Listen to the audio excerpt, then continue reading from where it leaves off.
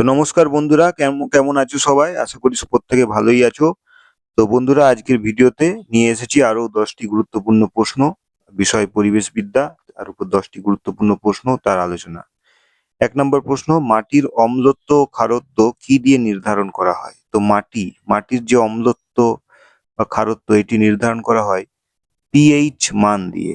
অর্থাৎ পিএইচ স্কেলের মান যদি 7-এর কম থাকে, তাহলে জানতে হবে মাটির প্রকৃতি হলো আম্লিক। আর যদি 7-এর বেশি থাকে পিএইচ স্কেলের মান, তাহলে সেই মাটিটি হলো ক্ষারীয় প্রকৃতির। আর যদি পিএইচ স্কেলে তার মান 7-এর কাছাকাছি থাকে, 7 বা 7-এর কাছাকাছি, তাহলে জানতে হবে মাটিটি হচ্ছে নিরপেক্ষ, মানে আম্লিকও নয় আর ক্ষারীয়ও নয়, নিরপেক্ষ। 2 নম্বর প্রশ্ন, একটি ব্যক্তবীজী উদ্ভিদের নাম। ব্যক্তবীজী উদ্ভিদের নাম হলো পাইন কিংবা সাইকাস। এগুলো হলো ব্যক্তবীজী উদ্ভিদ, অর্থাৎ এমন উদ্ভিদ যেগুলোর বীজগুলো উন্মুক্ত অবস্থায় থাকে, ফলের ভেতর আবদ্ধ অবস্থায় বা গুপ্ত অবস্থায় থাকে না। এগুলোকে বলা হয় ব্যক্তবীজী উদ্ভিদ। আর এর অপোজিট হলো গুপ্তবীজী উদ্ভিদ, মানে এমন উদ্ভিদ যাদের বীজগুলো ফলের মধ্যে গুপ্ত অবস্থায় থাকে। যেমন আমের ক্ষেত্রে বীজ ফলের মধ্যে থাকে। তো সেই রকম যে সমস্ত উদ্ভিদগুলো রয়েছে, যেমন যত আছে, যেমন জাম হলো, তারপর তাল হলো, কাঁঠাল, এগুলোর প্রত্যেকটি হলো গুপ্তবীজী। আর ব্যক্তবীজী হলো পাইন, সাইকাস। 3 নম্বর, বাণিজ্যিক অঞ্চলে শব্দের সহনশীল মাত্রা কত ধরা হয়েছে? তো বাণিজ্যিক অঞ্চলে শব্দের যে সহনশীল মাত্রা, সেটি ধরা হয়েছে দিনের বেলায় 65 ডেসিবেল আর রাত্রিবেলায় 55 ডেসিবেল। মানে তার মধ্যে এর বেশি আর কি হওয়া যাবে না, এর মধ্যেই শব্দের মাত্রাকে সীমাবদ্ধ রাখতে হবে। এটি হলো শব্দের সহনশীল মাত্রা। 4 নম্বর, রেড ডাটা বুক বা লাল তথ্য পুস্তিকার তথ্যগুলি কি সংক্রান্ত? তো রেড ডাটা বুক বা যেটাকে বলা হয় লাল তথ্য পুস্তিকা, এর মধ্যে থাকে বিভিন্ন বিপন্ন বিরল যে সমস্ত জীব, মানে উদ্ভিদ প্রাণী যেগুলো বিপন্ন, যাদের অস্তিত্ব সংকটে আছে বা বিরল, খুব পাওয়াই যায় না, দেখাই পাওয়া যায় না, সেইগুলোর যে তালিকা, সেই সংক্রান্ত তথ্যগুলো এই রেড ডাটা বুকের মধ্যে পাওয়া যায়।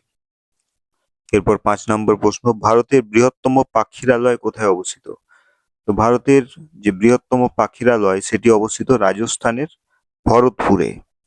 এরপর 6 নম্বর প্রশ্ন, ভারতীয় জীব বৈচিত্র্যের হটস্পট কোনগুলো? তো জীব বৈচিত্র্যের হটস্পট মানে সেই সমস্ত জায়গা যেখানে বহু প্রজাতির উদ্ভিদ, প্রাণী, জীবজন্তু পাওয়া যায়। তার মধ্যে এমন কিছু প্রজাতি রয়েছে যেগুলো অন্য কোথাও পাওয়া যায় না, সেগুলোকে বলা হয় হটস্পট। তো ভারতের মধ্যে রয়েছে যেমন হিমালয়, তারপর পশ্চিমঘাট, ইন্দো বার্মা, সুন্দারল্যান্ড মানে আন্দামান নিকোবর যে দ্বীপপুঞ্জ, তার যে বিভিন্ন এলাকা, এইগুলো হচ্ছে ভারতীয় যে সমস্ত জীববৈচিত্র্যের হটস্পট। এরপর 7 নম্বর প্রশ্ন, এনইএসি মানে ন্যাশনাল এনভায়রনমেন্ট অ্যাওয়ারনেস ক্যাম্পেইন, এটা কবে স্থাপিত হয়? এটি হবে 1986 খ্রিস্টাব্দে। 1986 খ্রিস্টাব্দে এনইএসি এটি স্থাপিত হয়।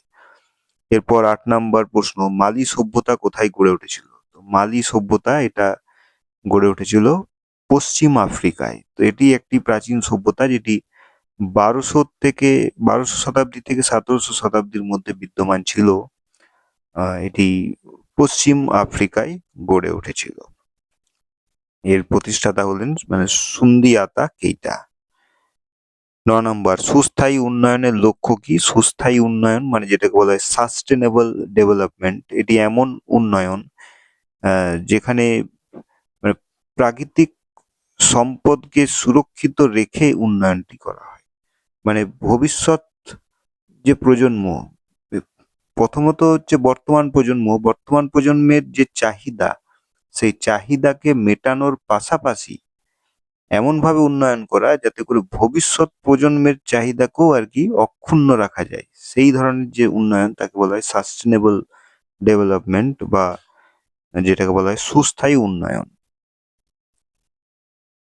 10 নম্বর, পশ্চিমবঙ্গে ব্যাঘ্র প্রকল্পের সংখ্যা কতগুলি? তো পশ্চিমবঙ্গে ব্যাঘ্র প্রকল্পের সংখ্যা হলো 2টি। একটি হলো সুন্দরবন ব্যাঘ্র প্রকল্প, আর অপরটি হলো বক্সা ব্যাঘ্র প্রকল্প। এই 2টি ব্যাঘ্র প্রকল্প পশ্চিমবঙ্গে রয়েছে। তো বন্ধুরা, এই ছিল আজকের 10টি পরিবেশ বিদ্যা বিষয়ক 10টি গুরুত্বপূর্ণ প্রশ্ন তার উত্তরের আলোচনা। তো ভিডিওটি এখানেই শেষ করছি। দেখা হচ্ছে পরের ভিডিওতে। ধন্যবাদ।